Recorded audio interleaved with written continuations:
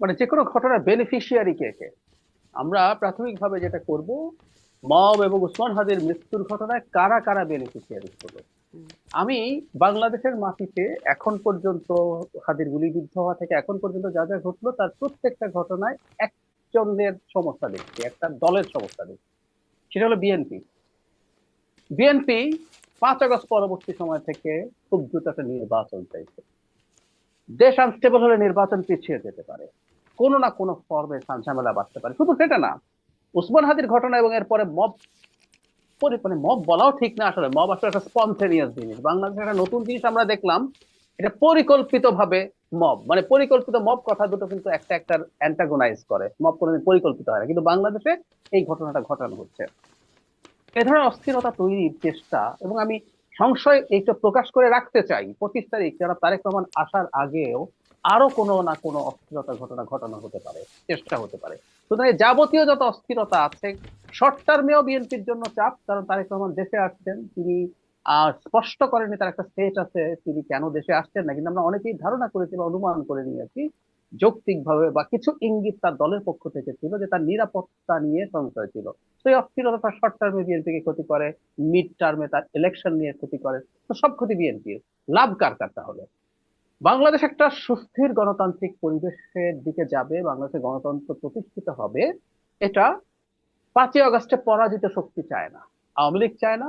আওয়ামী লীগের সাথে সাথে ভারতেরও পরাজয় হয়েছে, কিন্তু এখানে একটা ইন্টারেস্টিং কিন্তু আছে, 5 আগস্টে বিজয়ী শক্তিরও কেউ কেউ চায় না।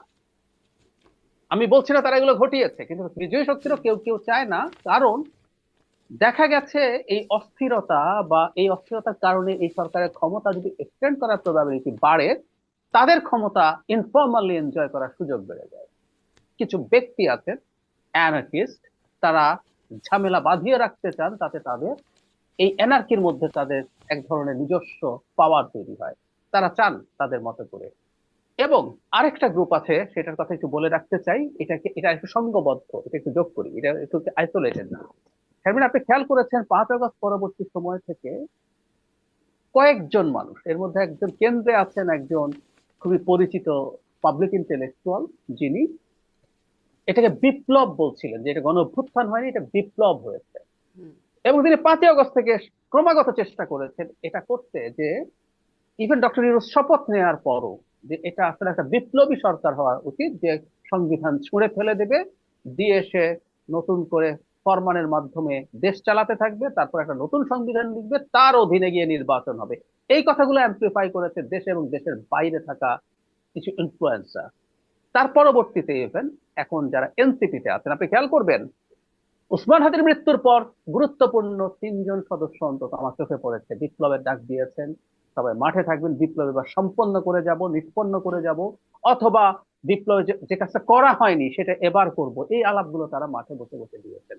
এই গ্রুপটা চেয়েছিল একটা এনার্কি হোক বড় স্কেলে, সো দ্যাট তারা কোনো একটা ফাঁকে একটা বিকল্প বিপ্লবী সরকার তৈরি করতে পারেন। সো আচ্ছা, এরাও তাহলে কি আসলে এর এনসিপির মধ্যে মধ্যে থাকতে দুটা পারে। গ্রুপ আছে যারা এই বিকল্প বিপ্লবী সরকারের পক্ষে, এক গ্রুপ আর এক গ্রুপ তার বাইরে, এরকম কি? কুড বি আমি এভাবে যদি আমি নাম তুলে বলি কোনো অসুবিধা নেই, ওরা পাবলিক হ্যাঁ, স্ট্যাটাস দিয়েছেন। হ্যাঁ, একদম। জনাব নাহিদ, জনাব আক্তার, বা অনেকেই এই যে মবের তাণ্ডব চলছিল তখন এটার বিরুদ্ধে কথা বলেছেন। যে বিপ্লবের ডাক দিয়েছেন জনাব সার্জিস আলম, খুবই হুম। পরিচিত একজন মানুষ। নাসিরুদ্দিন পাটোয়ারি, উনি রেভলিউশন লিখে একটা শব্দ লিখে একটা স্ট্যাটাস দিয়েছেন। এবং জনাব সাইফ মুস্তাফিজ, তিনিও এই বিপ্লব ঘটাতে হবে, সুযোগ এসছে, বিপ্লবটা শেষ করে যেতে হবে। তো তাদের মধ্যেও এই ধরনের বিভেদ থাকতে পারে, কারণ হলো তাদের সর্বোচ্চ নেতৃত্ব বলেনি। তবে আমি এখানে সর্বোচ্চ নেতৃত্বের একটা জায়গায় দায় দেই, তাদের আসলে ক্লিয়ার করতে হবে যে তারা এই যে বক্তব্যগুলো আসছে, কারণ প্রত্যেকে দায়িত্বপ্রাপ্ত ব্যক্তি।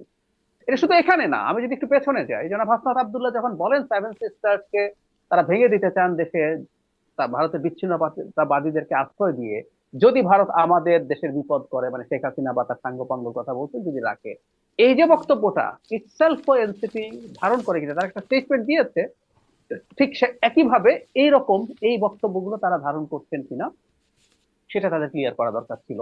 যেহেতু করেন নাই, আমরা এখন পর্যন্ত বলবো যে এক ধরনের সায়ও হয়তো সর্বোচ্চ নেতৃত্বের আছে। ওই যে একটা বিখ্যাত কথা আছে না, গুড কপ ব্যাড কপ খেলা, কেউ একজন এটা বলবে, আবার হুম। হুম। তাদেরই হুম। সাথে হুম। কেউ একজন গুড কপ হবে, হতেও পারে এটা। জি। আহ, মানে ভারত বিরোধিতার জায়গা যেটা, সেটার প্রসঙ্গে আমি একটু কথা বলবো। জনাব শামসুজ্জামান দুদু, এর মধ্যে আমরা কিন্তু দেখলাম যে একজন বিএনপি নেতার বাড়িতে তালাবদ্ধ করে আগুন দেয়া হলো।